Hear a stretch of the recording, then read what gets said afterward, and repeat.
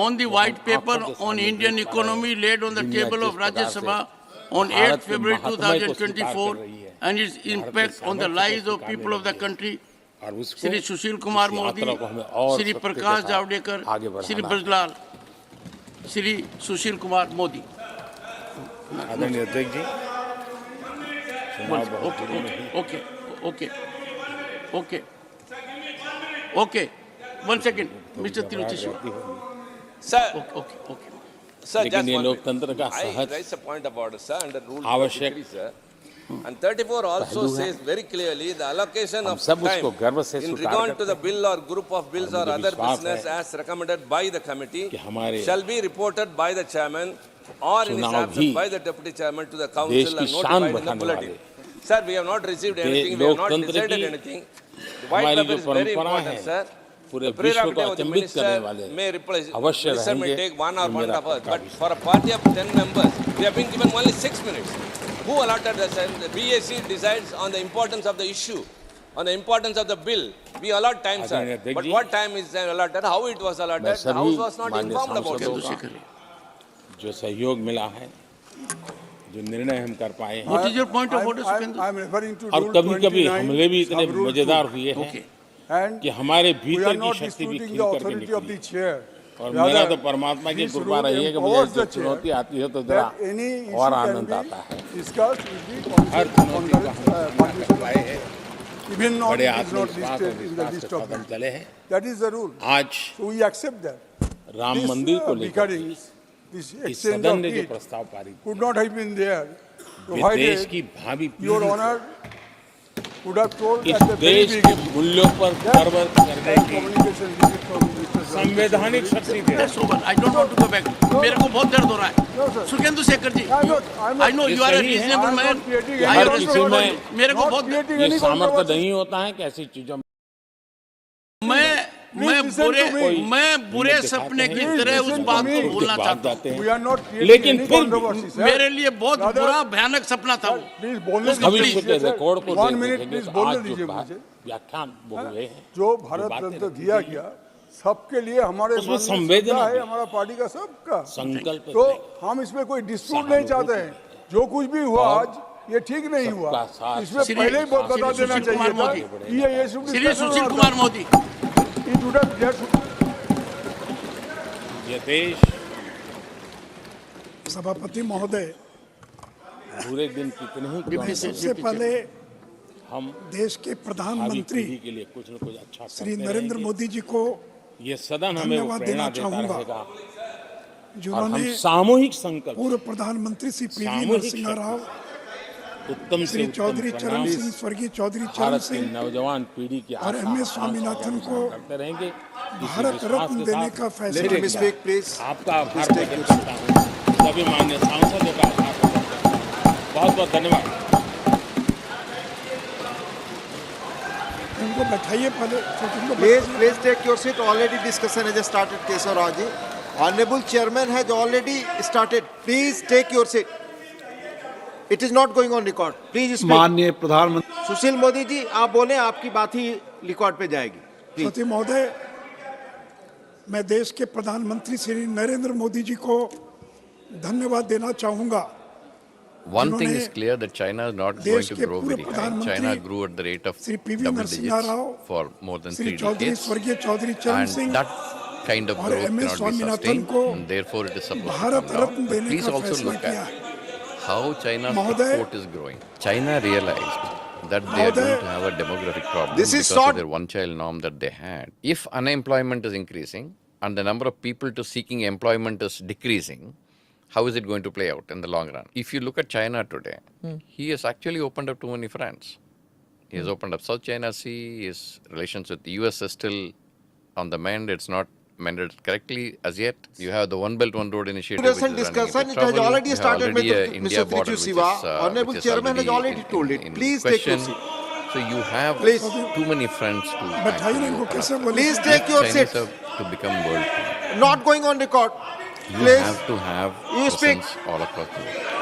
आप बोले, If you don't have that, आप बोले, then you will आप not be बोले। able to इनको हाउस को influence. ऑर्डर में the मैं लाइए। change that आग्रह could कर रहा happen. हूँ, Like for ऑलरेडी example, ये today डिस्कशन if you शुरू look हो at US, चुका है, short got duration 800 discussion on bases, white small paper. and big, honourable all over members, the please take your CPEC seat. was, to my already way of माननीय thinking, chairman is साहब ने not बताया कि a discussion project शुरू हो which is चुका है, meant for sanction है, he has economic already explained it. benefits of China. Please,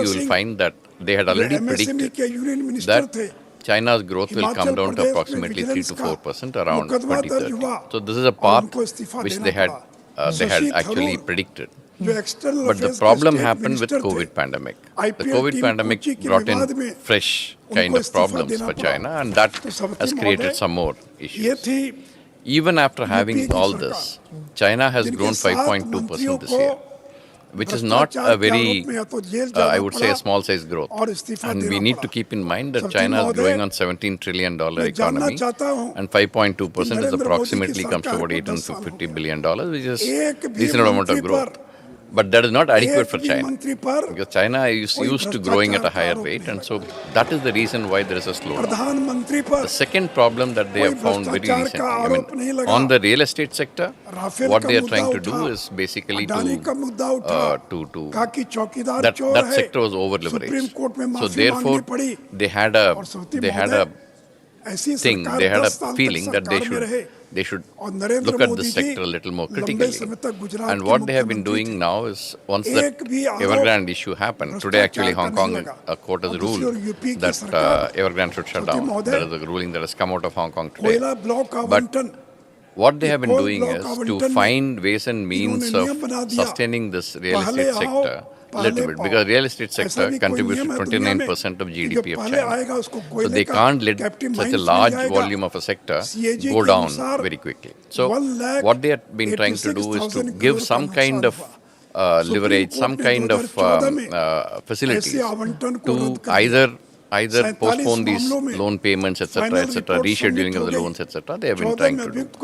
Recently, there was a report that the Chinese banks have actually shortlisted about 50-odd companies which are eligible for loans or funding to be given to them, so that the real estate can catch up again. So real estate is something that they are trying to look into, but I think they will allow it to play itself out of the trouble over a period of time is what some analysts have already written. The other thing that you get to see is, the feeling why people feel that China has not grown very well and is into trouble is also because the FDI is reducing into China. The foreign direct investment reducing into China. But then the other argument is that does China need foreign direct investment now? Because the domestic consumption has not increased. So what people are doing is people are saving. So that saving is already available to China to deploy wherever they want to deploy. And so FDI is a thing that probably may or may not be required by China. So if you actually look at all this in its holistic view, one thing is clear, that China is not going to grow very high. China is going to either grow around this level, because next year they are predicting around 4.5. So somewhere around 2030 and beyond, it will come down and stabilize around 3 to 4%. Is what I personally feel. So that is the way I see China's economy moving ahead. So if its economy is not going to do as well as they thought they would, or the world thought it would, then is it not destined to lead the world as Xi's dream was? Xi's dream is to achieve this by 2049. That is the second centenary goal that China has got, wherein by 2049 they want to become a world power. Okay? The only power. That they have not said in their articulations. They have not said that they'll be the only power, because that they'll never say it, even though they want to be one, but they may not say it.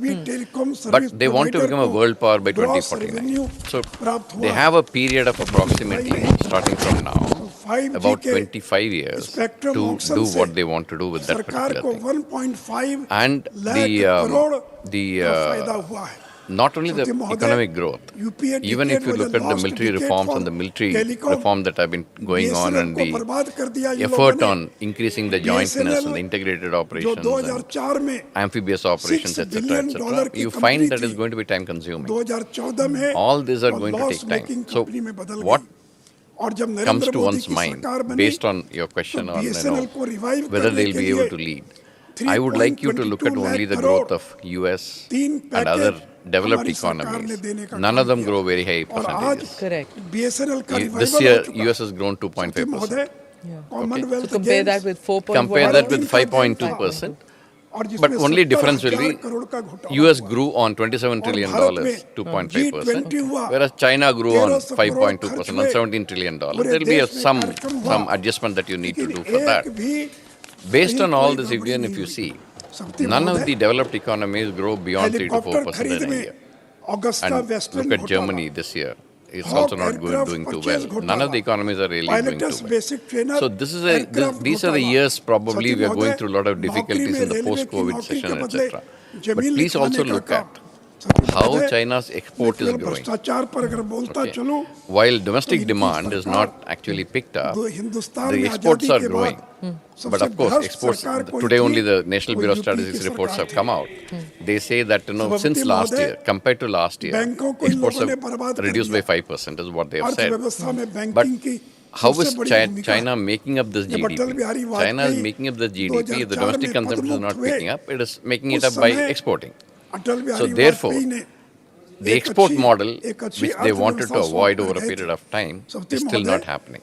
They wanted to avoid exporting so that the shocks of the world do not affect their growth. That is not happening. So they need to work around that. They are working out some schemes, etc. But how they will be effective is something that we'll have to wait and watch. So let's go back to China's internal situation, because when we talk about conflicts that China is engaged in, we also need to talk about their dismal demographic situation. Here's a short primer. Reports are coming in about rapid aging of Chinese society or the growing reluctance of women and couples to have children, deaths outpacing births, and a corresponding decline in the number of young working age couples, and a boom in retirees. All this leading to a problem about funding chronic illness care, nursing homes, and general retirement. It feels like there is a crushing burden to the country's leaders, especially with economic growth already slowing down. That was a short primer for people who may not know about this. But sir, I want to come back to this as to, do you think that this is impacting on China's foreign policy? This is a good question, because this has been actually working in the minds of a lot of people who are watching China. Today morning I was speaking to somebody again in one of the meetings I had. China realized that they are going to have a demographic problem because of their one-child norm that they had some time ago. In 2015 onwards, they have been trying to ease the childbearing norms in China. But the problem that the Chinese government landed with is that the people were not keen on getting more children. Yeah, you can tell people don't have children, but what is the incentive then to have more? The problem was, the problem why the couples were not actually taking on that line of having more children, though of course there are some couples who have gone for more children, but cost of bringing up a child in China was getting higher. So if your income was not, if both husband and wife are working and then they were trying to sustain 4 of their parents, and you have one child and you want to have one more child, then it was becoming a problem. That is why you find a lot of things which Mr. Xi Jinping did in 2021, banning tuitions, etc., tuition companies and other things, etc., was basically to ease the cost of bringing up the child. Notwithstanding that, they have been trying to do this over a period of time to overcome this problem, but they have not been successful. Last 2 years, the replacement levels have not been reached. For replacement levels, you need to have 2.1% growth every year. That has not happened. So that is a clear indication that the population is going to decline over a period of time. A rough back-of-the-envelope calculation will tell you somewhere around 2050-60, you will have 600 to 700 million people in China who will be above 60, who needs to be looked after. There are 2 ways of looking at it. One is, like you said, their children have to look after them. That is one point. The other point is the state has to look for support for the elderly people in terms of pension schemes and things like that. China's pension scheme has not been working very well. The returns have not been very high. So they have an issue there that they need to deal with. The other thing is the children are actually already having the burden. They are allowed to have more burden. So this is one aspect of it. Compare this with unemployment. Now today, in the 16 to 24 age group, you find the unemployment is approximately up to 20%. The latest report says 14.2%. For about 1 year, it was on 21%. Such a large percentage of youth not getting employed is going to give you problems. Okay. On one hand, your population is reducing. On the other hand, your unemployment is existing. This study needs to be made. I don't think anybody has studied this together.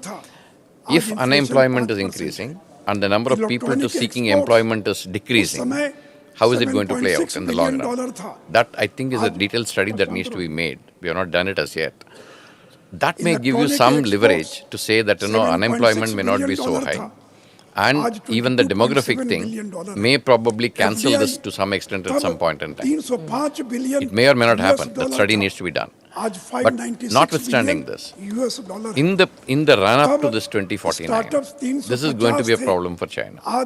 You will not have skilled labor. You will have less people looking at employment. In addition to that, there is another phenomenon which we get to see in China today. That is known as thangping. Thangping is just lying flat. I don't want to do any work. Okay. This is a tendency you get to see in the net. If you go, you will see this. This, and then they call something known as involution. So why am I? This thing? This is what, like a general strike? I don't want to work. It's not a general strike. It is just a youth just not wanting to do work. Why? Just like that, they want to relax. But they The get money. point is, if I have money to eat today, why am I running around? And similarly, the other way the young people are looking at in China is what they call as Neichuan. That is involution, in the sense that why am I running into this competition? It's a rat race. I am actually running hard to stay at the same place. Employment opportunities are not there. Why should I do this? That is the second way of looking at it. So you find such tendencies coming up in the youth in China. So that is something again which is worrying. In fact, the Communist Party statements and Mr. Xi Jinping himself is on record to say that people should not do this. So will they take in more people in the standing army? Because right now we used to read that because of the one-child policy they don't have that the standing army, they don't have replacements for their troops. Do you think that they would have more people join? That I don't know. That may not be a correct statement to make. The PLA was never finding it short to get people. What they were trying to get, what they were running short was to get people with degrees and above qualifications. They had given a lot of incentives for those kind of graduates to come and join the PLA, and that they have been giving even incentives now. You come and do work in the PLA, you go back, master's degree will be able to give you a seat, etc., etc. A lot of incentives are being given to get people. The problem of conscription which you are actually mentioning is actually that you get to see in many countries. Today, Taiwan was having a conscription of only 4 months. Now they increased it to 8 months. But that's because of the threat perception from China, right? No, but then it should not be 4 then. In that case, it should be a longer period of training for you. But they were doing 4 months actually conscription. That means in a year, only 4 months they do training. The army does training. And then thereafter they go into the civilian field. So that kind of a thing may not work very well for like what happened in Russia. Russian army had 1 year conscription. That you find that it was not adequate during this war which is taking place. So, notwithstanding what we are saying, the PLA is still going through the conscription process. What they have done now is to increase the recruitment from once a year to twice a year. That they are doing already. They have started doing that. So they will overcome that particular problem. I don't think recruitment into PLA is going to be a major problem. They need a war to keep their soldiers busy. Taiwan is watching that. I know where your question is leading me to, but the question is, a lot of people have written about this. At least in India, I have seen people writing that, in case he wants a diversion from internal issues or in case he wants experience for this PLA, he might do something on the board. But my own reading is of China and the Chinese people is that they are practical. Number one. Number two, they need something of an assurance of victory.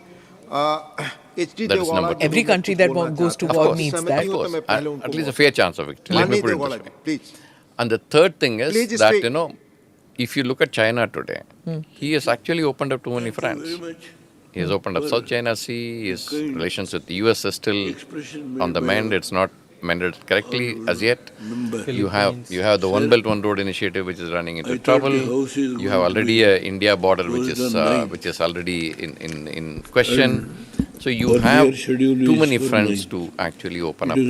So to say that he will probably launch something for experience, I would say may not be correct. Sir, you are saying the Chinese people, military, everybody, the leadership, they are practical. So why do you think they did what they did in 2020?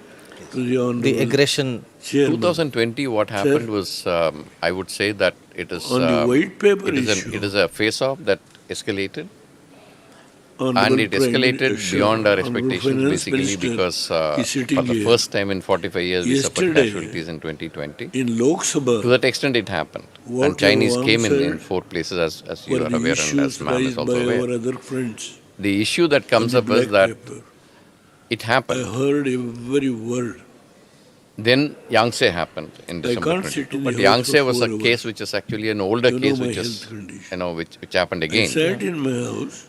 But beyond that, Galwan, if you look at, you have what is happening on that border today is that China is increasing its infrastructure.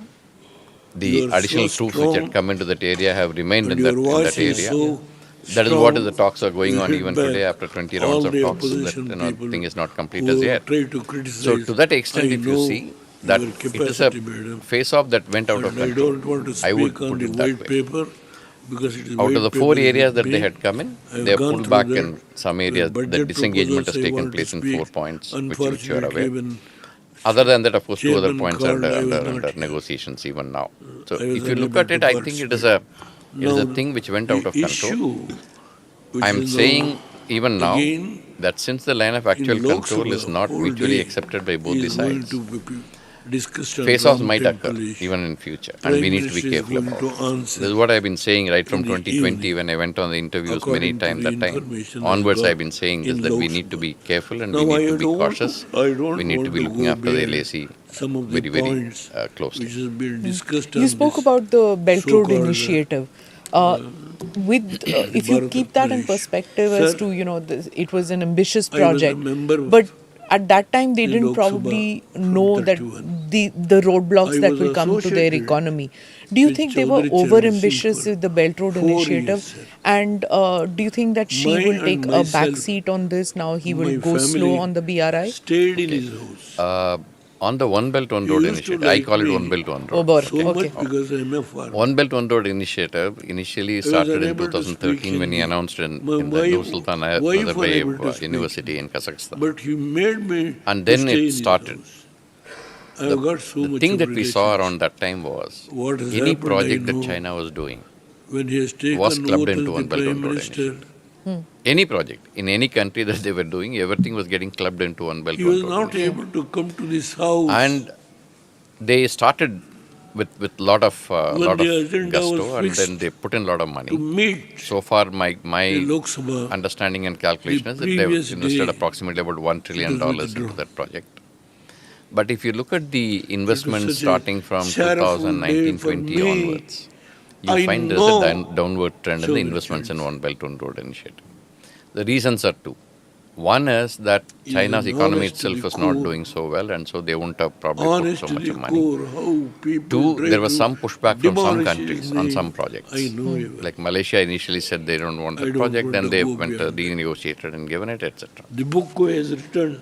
While many countries are having this pushback kind of a thing to renegotiate the loans, rescheduling of the returning of the money to the Chinese government, etc. I can speak volume. One thing which strikes me is that they have not pulled out of many projects. As Prime Minister, they have stayed on those projects, renegotiated, reduced the scope, reduced the cost of it. They have stayed on. I can speak volume. So to that extent, on so many my way of thinking, One Belt One Road Initiative is here to stay, but it is likely to slow down. It is likely to probably look into some kind of transparency. That's what we are looking at. One of the reasons why we didn't go into, one was the sovereignty issue. The other one was all the contracts were not transparent. They were all bilateral. So that is another thing that was also a reason. So in the first, second and third BRI forums that they have had, they have said that they will revisit this and see if they are more transparent and things like that. But on the ground, there are no reasons to believe that that has happened. So to my way of thinking, One Belt, One Road initiative will be there. It will progress slowly, but it will not probably have the gusto with which it started in 2013-14. That is the way I would sum it up. So this CPEC, like we have been reading reports about it, how this is going to help China, how this is going to change face of Pakistan. What results has it given to them? What is the present status? Because we have been hearing reports about corruption, Pakistan army officers getting involved in it. People even in Pakistan are terming it that they have accepted slavery terms from the Chinese. So what's the status, and is it in any way helping the Chinese or the Pakistanis? Because getting your stuff at the Gwadar port and bringing by crossing high mountain valleys and all those things, was it even practical to have this, or was it just to corner India or to just say that we have a link, road open? See, the origins of this you should look at the Karakoram Highway. Karakoram Highway started in 59, finished somewhere around 78, 79, then it doesn't function. The CPEC, when they planned it had two arms coming into Pakistan. One is the eastern route, the other one is the western route via Balochistan. The eastern route is the one where maximum development has taken place as of now. The western route is still under process. If you look at the money allocation of $62 billion, which was supposed to be given to CPEC, almost $35 billion was for thermal power plants. That Sui gas line area. Many power plants were supposed to be. Some of them were actually the early harvest kind of a project. So they did that. And some of them are functioning, some of them are not functioning as of now. I mean, there are issues there. And the cost of production of electricity was far higher than what Pakistan was expecting.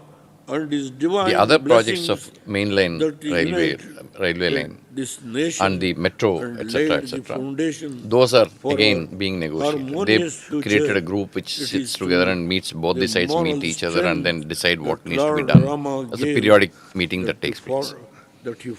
So far, my assessment is that somewhere around $30 to $32 billion has been invested in Pakistan as far as China is concerned in CPEC. CPEC was, to my way of thinking, is not a project which was meant for, I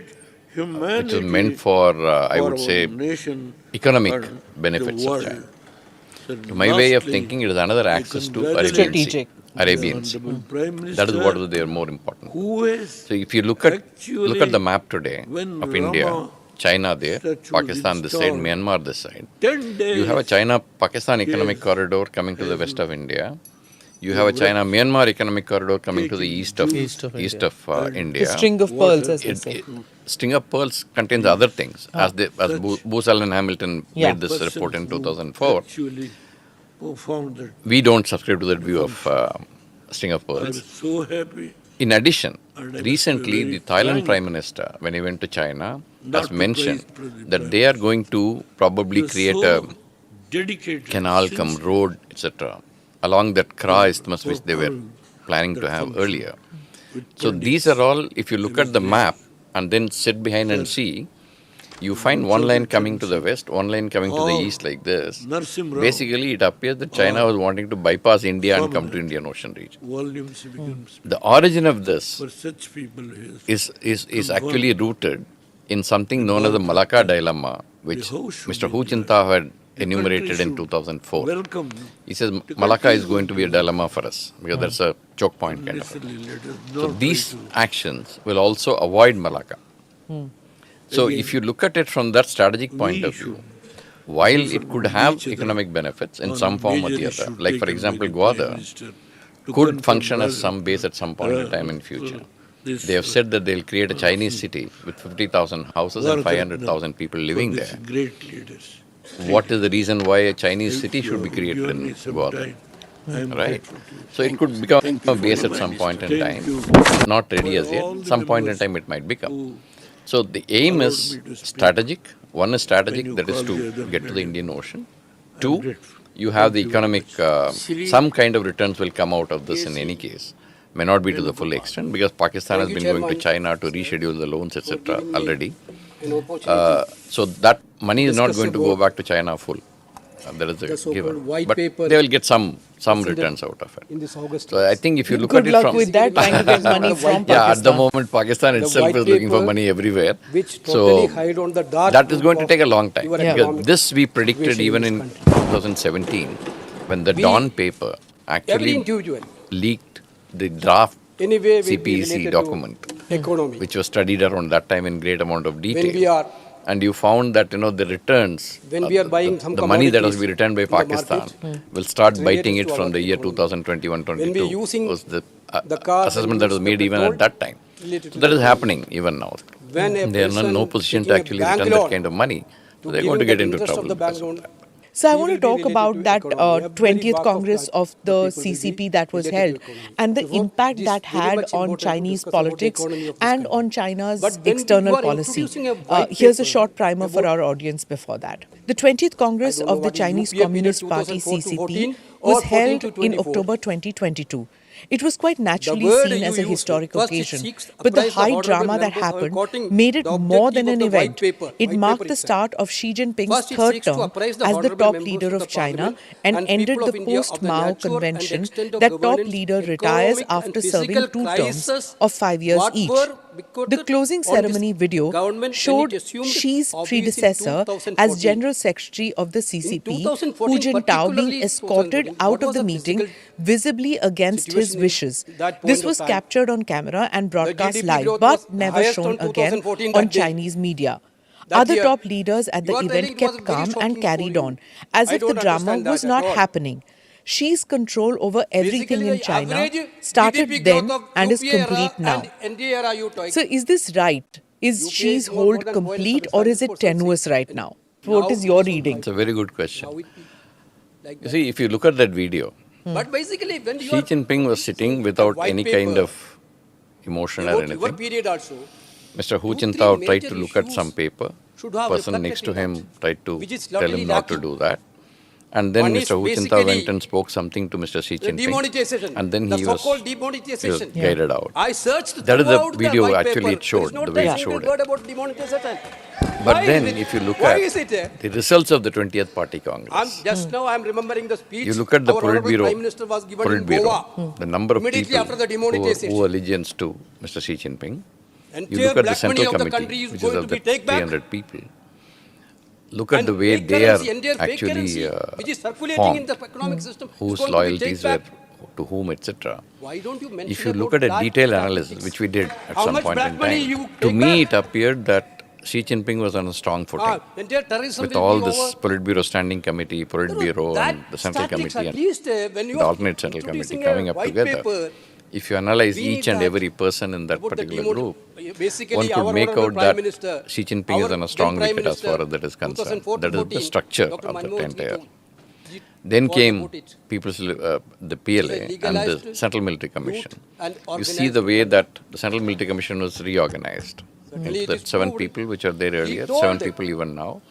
But the way the people were actually put into that vice chairmanship. The present one of the vice chairmen of Central Military Commission was not in the Central Military Commission earlier. He was brought in newly and put there. And then the bottom 4, which they have, the members that they have, that is again, one of them of course has been now sacked. That is Li Shangfu was the defense minister. He has been sacked recently, and so that position is yet to be filled. So you find the argument that that particular video was an indication that Mr. Xi Jinping may not be on sure footing. Somehow I don't buy that argument.